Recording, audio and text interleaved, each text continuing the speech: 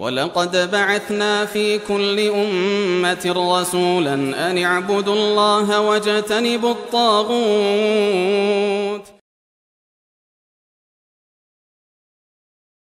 السلام علیکم ورحمۃ اللہ وبرکاتہ. ایک سوال ہمارے سامنے بار بار آتا ہے آن لائن بزنسز اور ای کامرس کے حوالے سے،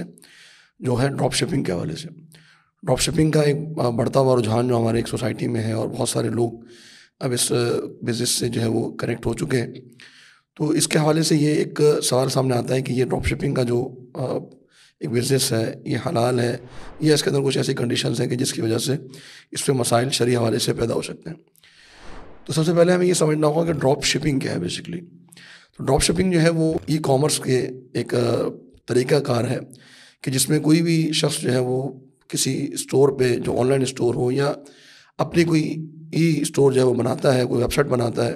یا مختلف جو آن لائن اسٹورز موجود ہیں اس پہ اپنی ای شاپ بنا لیتا ہے یا ایک ونڈو بنا لیتا ہے، اور اس پر وہ مختلف پروڈکٹس وہ جو شو کیس کرتا ہے. جن پروڈکٹس کی وہ امیج حاصل کرتا ہے، ان کی پرائسنگ لگاتا ہے. مختلف بائرز جو ہیں وہ اس کے پاس آتے ہیں اور پھر وہ پروڈکٹ جو ہے وہ بائی کرتے ہیں. اور بیسکلی یہ شخص جو ہے، اس نے جو ای اسٹور بنایا ہے یا ای شاپ بنائی ہے، تو وہ پروڈکٹ اس کے ہاتھ میں نہیں ہوتی، یا اس کی اونرشپ میں نہیں ہوتی، اس کی پوزیشن میں نہیں ہوتی، اس نے وہ پروڈکٹ خریدی نہیں ہوتی. تو وہ ان پروڈکٹ کو جہاں سے پھر جو ایک ہول سیلر ہوتا ہے یا سپلائر ہوتا ہے،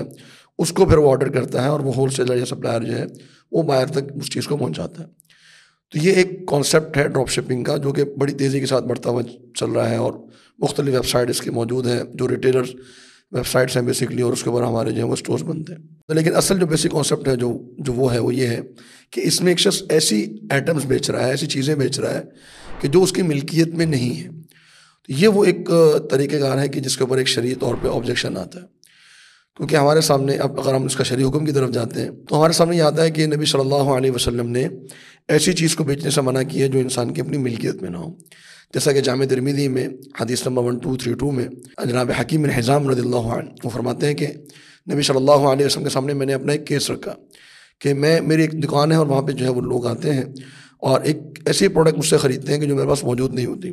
تو میں اس کی قیمت لے لیتا ہوں، پھر میں اس پروڈکٹ کو تلاش کرتا ہوں، وہ آئٹم ڈھونڈتا ہوں، پھر میں وہ لا کے ان کو جو ہے وہ دے دیتا ہوں. تو اب یہ جو طریقہ کار ہے کہ یہ جائز ہے، یہ صحیح ہے. تو نبی صلی اللہ علیہ وسلم نے فرمایا کہ حکیم لا تبع ما لیس عندک، کہ حکیم جو آپ کے پاس نہیں ہے وہ آپ سیل نہیں کر سکتے. تو جو آپ کی پوزیشن میں نہیں ہے، جو آپ کی ملکیت میں نہیں ہے، وہ آپ آگے سیل نہیں کر سکتے. تو یہ آبجیکشن اپنی جگہ پر موجود ہے. تو تمام علماء کے نزدیک ڈراپ شپنگ کے اندر یہ جو ایک آبجیکشن ہے، اس کی وجہ سے ڈراپ شپنگ کا جو کام ہے وہ درست نہیں ہے. لیکن اس کا یہ مطلب نہیں ہے کہ ہم ڈراپ شپنگ کا کام ہی جو ہے وہ چھوڑ دیا جائے، بلکہ اس میں تھوڑی سی اگر اس کو چینج کر لیا جائے، آلٹر کر لیا جائے، اور اس میں کچھ چیزیں ایڈ کر لی جائیں، تو انشاءاللہ یہ کام بہت آسانی کے ساتھ اچھے طریقے سے بھی ہو سکتا ہے اور جائز بھی ہو سکتا ہے. جیسا کہ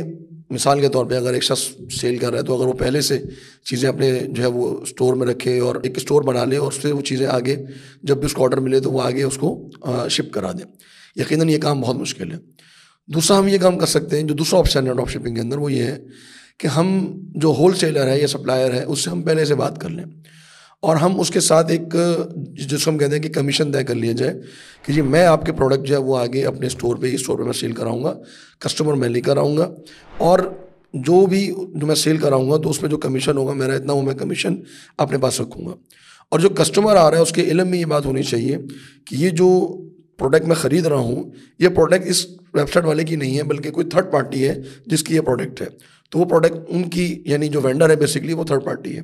تو یہ بھی ایک طریقہ کار ہے کہ ہم کسی سپلائر سے یا کسی ہول سیلر سے بات کر لیں، جو پروڈکشن کر رہا ہے، جو پروڈکٹ بنا رہا ہے، اس سے بات کر لیجیے، اور پھر اس سے